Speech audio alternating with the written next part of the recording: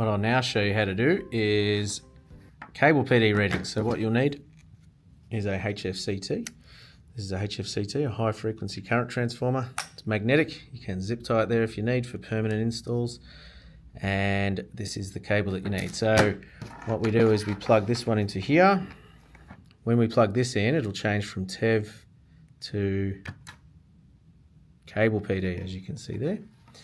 And then what we'll do is we'll plug the other end of that into here. So now PD information or PD signals are coming from the inside of this high frequency current transformer. What we can do then is we go cable PD and we look at the different measurement modes. So first of all, we've got the very simple one, which is measure, which tells us our picocoulomb level, pulses, severity, and it will show us what sort of PD levels have been picked up over time. I've just turned on my PD source here, and I'm going to put this around my PD source, which will pick up some signal for me. So that's how that screen works. Next screen is your phase plot one. This is the one we use most of the time, and this is the one where we can see our phase plot coming through. So I need to change my phasing down to my phase lock down to something that's a bit more closer to my source here, which my source is running at 49.73 odd hertz. Yep.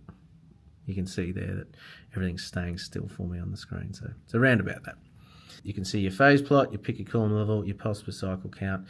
If we go to settings, again, you can listen to ultrasonics with your headphones if they were plugged in. You can also listen to cable PD. So if you click cable PD, put your headphones in, you'll hear the sound that's coming in through this high frequency current transformer.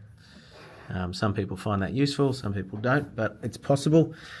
Again, you can mute your headphones or you can turn the volume up and down on your headphones. That's how that works. Next one is your filtering. So your filtering is very important with the HFCTs. Default mode is there is no filter. So all the information that's coming through here is not filtered at all. What you see is what you get. It's capturing everything that it can.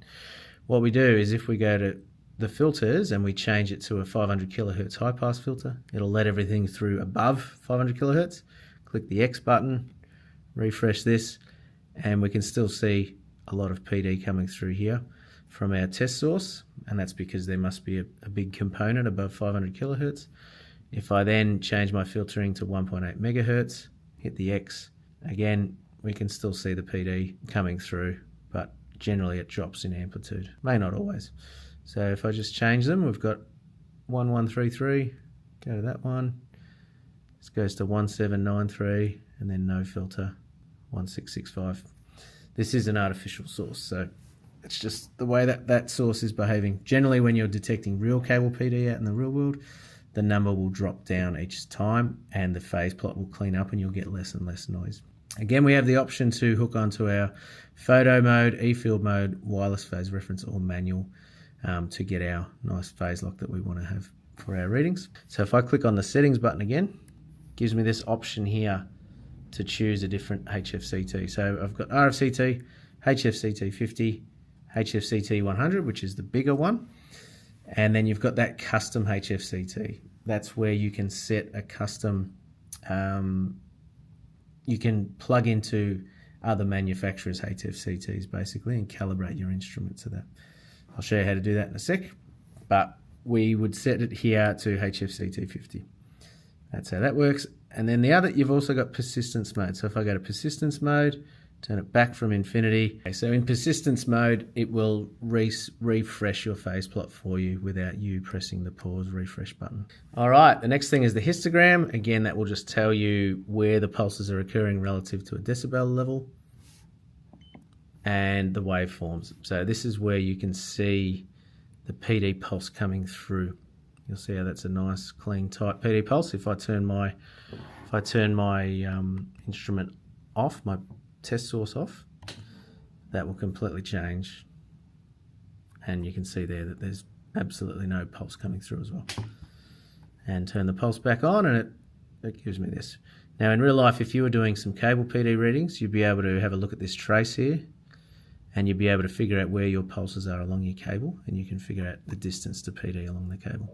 Okay, and that is how you take HFCT readings.